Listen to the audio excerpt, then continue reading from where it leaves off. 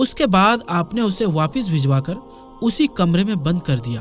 پھر تیسرے کو بلوایا اور اس سے بھی وہی سوالات کیے اور اس کے جوابات بھی ایک ایک اچھر لکھوا لیے۔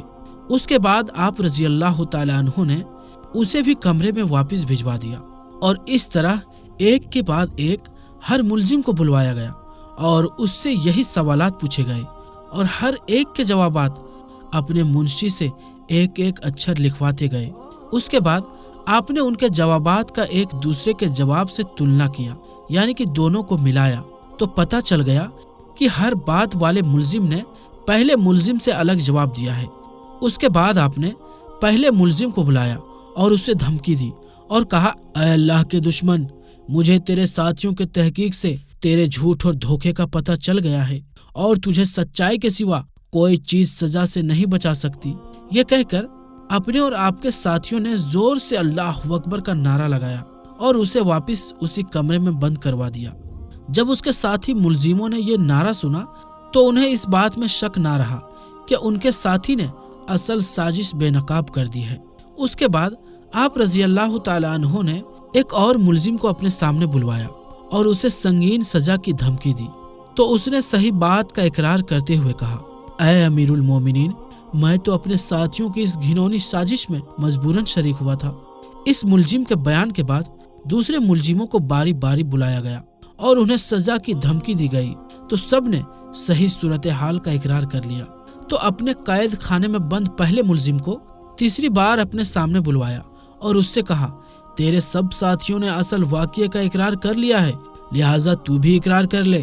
اس نے بھی اپنے ساتھیوں کی طرح اپنے جرم کا اقرار کر لیا، تو آپ نے ان سے مرنے والے تعزیر کا مال وصول کر کے وارثوں کو دے دیا اور ان کے مرنے والے کا ان ظالموں سے بدلہ لیا۔ دوستو، حضرت علی رضی اللہ تعالیٰ عنہ باب مدینۃ العلم تھے، اور یہ اس بات کے علم کا نتیجہ تھا کہ ایسے مشکل مسائل بڑی آسانی سے حل فرما لیتے تھے، اور اس قسم کے مشکلات علم دین سے ہی حل ہوتی ہے۔ اسی طرح ایک بار کا واقعہ ہے، ایک دفعہ داماد رسول حضرت علی رضی اللہ تعالیٰ عنہ اپنے گھر میں تشریف فرما تھے، تبھی ان سے بی بی پاک حضرت فاطمہ الزہرا رضی اللہ تعالیٰ عنہ نے فرمایا، یا علی، میرا انار کھانے کو دل کر رہا ہے۔ حضرت علی رضی اللہ تعالیٰ عنہ اپنی اہلیہ اور نبی کریم صلی اللہ علیہ وآلہ وسلم کی بیٹی کی خواہش پوری کرنے کے غرض سے گھر سے نکلے، حالانکہ اناروں کا موسم نہیں تھا، اور ایک یہودی کے پاس پہنچے جو اناروں کا تجارت کرتا تھا۔ آپ نے اس کے دروازے پر دستک دی۔ جیسے ہی وہ یہودی گھر سے باہر آیا تو اس نے آپ کو دیکھتے ہی آنے کی وجہ پوچھی۔ آپ رضی اللہ تعالیٰ عنہ نے یہودی سے فرمایا کہ مجھے ایک انار چاہیے۔ یہودی نے صاف انکار کر دیا اور کہنے لگا کہ میرے گھر میں اس وقت ایک دانہ بھی انار کا موجود نہیں ہے۔ آپ رضی اللہ تعالیٰ عنہ نے فرمایا کہ انار تو تمہارے گھر میں موجود ہے۔ اس نے کہا، میں موسیٰ علیہ السلام کا امتی ہو کر کہتا ہوں کہ میرے گھر میں انار نہیں ہے۔ آپ مسکرائے اور فرمایا، میں محمد مصطفیٰ صلی اللہ علیہ وآلہ وسلم کا داماد ہونے کی حیثیت سے کہتا ہوں کہ انار تمہارے گھر میں موجود ہے۔ یہودی ابھی اپنی ضد پر اڑا ہوا تھا اور آپ رضی اللہ تعالیٰ عنہ سے تکرار کر رہا تھا کہ اس کی بیوی جو گھر کے پردے کے پیچھے کھڑی ہو کر سب کچھ سن رہی تھی، اس نے اپنے شوہر سے کہا کہ میں کلمہ پڑھ رہی ہوں اور تم بھی پڑھ لو، چونکہ گھر میں انار موجود ہے۔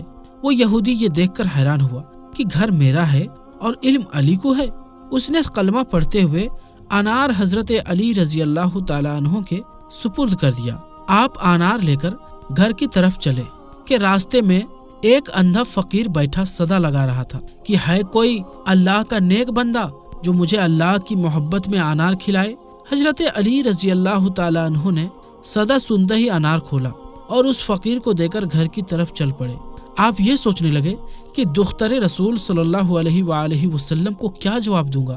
اتنے میں سیدہ کائنات کی آواز آئی، یا علی، آپ کا شکریہ، میں نے ایک انار کی فرمائش کی تھی، آپ نے 10 انار بھیج دیے۔